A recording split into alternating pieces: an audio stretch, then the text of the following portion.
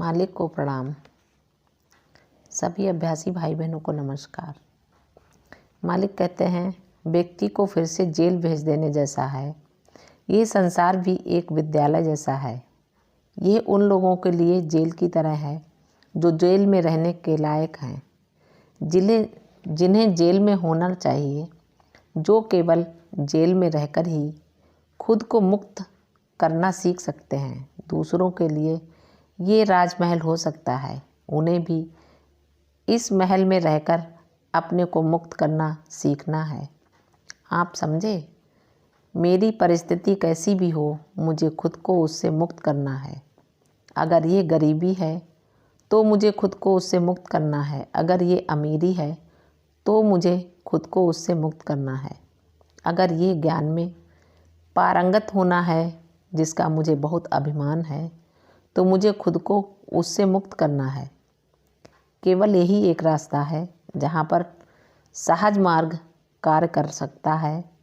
जैसा कि बाबूजी ने कहा है, अगर चिड़िया पिंजड़े में है तो भले ही पिंजरा सोने का क्यों न हो, वह उस पर अभिमान नहीं कर सकती। यह अभिमान तो केवल उसे बंधक रखने वाले को होता है।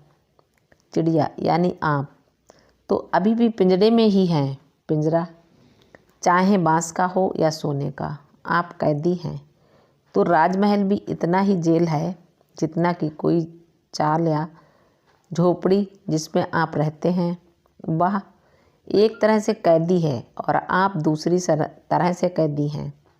मैं इससे बाहर कैसे निकल सकता हूँ? ध्यान करें, अपनी सफाई करें और रात्रि की प्रार्थना करें। इसीलिए मैं बार बार दोहराकर भी थकता नहीं हूँ। धर्म हमारे भारत में एक समस्या है और हमारे समाज में ये जाति व्यवस्था उससे भी बड़ी समस्या है।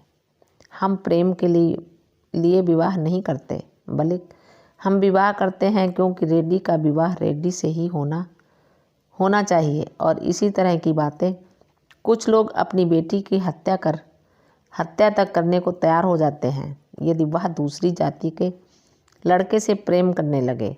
सऊदी अरब की एक राजकुमारी को इसीलिए मार डाला गया क्योंकि वह किसी आम आदमी से प्रेम करने लगी थी।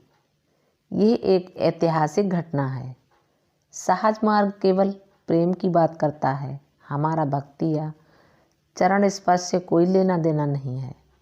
प्रार्थना भी प्रार्थना नहीं है जिसमें मैं ईश्वर से अपने लिए कुछ मांगता हूँ।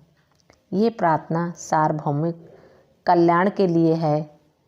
सर्वे जना सुखियो भवन्तु, सभी लोग सुखी जीवन जिएं। किसी जाति के नहीं, किसी समुदाय के नहीं। उनके लिए आप क्यों प्रार्थना करते हैं? क्योंकि मालिक में भी उन सभी का एक हिस्सा हूँ और मैं उन्हें तकलीफ़ में नहीं देख सकता क्योंकि उनके साथ मुझे भी तकलीफ़ होती है।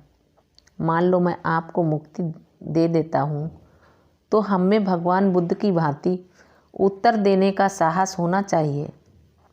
भगवान बुद्ध का महान कथन, जब उन्होंने कहा था, मैं मुक्त हो जाऊंगा, यदि मैं मुक्त हो भी जाऊं तो भी मैं जब तक पृथ्वी पर अंतिम व्यक्ति मुक्त नहीं हो जाता तब तक मैं आप सबके साथ ही रहूँगा। तो हम सभी विवेक के साथ प्रार्थना करें। हम अपना जीवन इस तरह से व्यतीत करें कि ये हमें मुक्त कराने में हमारी सहायता करें। चाहे हमारी आयु कुछ भी हो, चाहे हमारी मुक्ति जल्दी हो या बाद में, क्योंकि जैसा मैंने अपनी इस वार्ता में कई बार कहा है कि हमें नहीं पता कि हमारा समय कब समाप्त हो जाएगा। धन्यवाद। मालिक को प्रणाम। सभी अभ्यासी भाई बहनों को नमस्कार।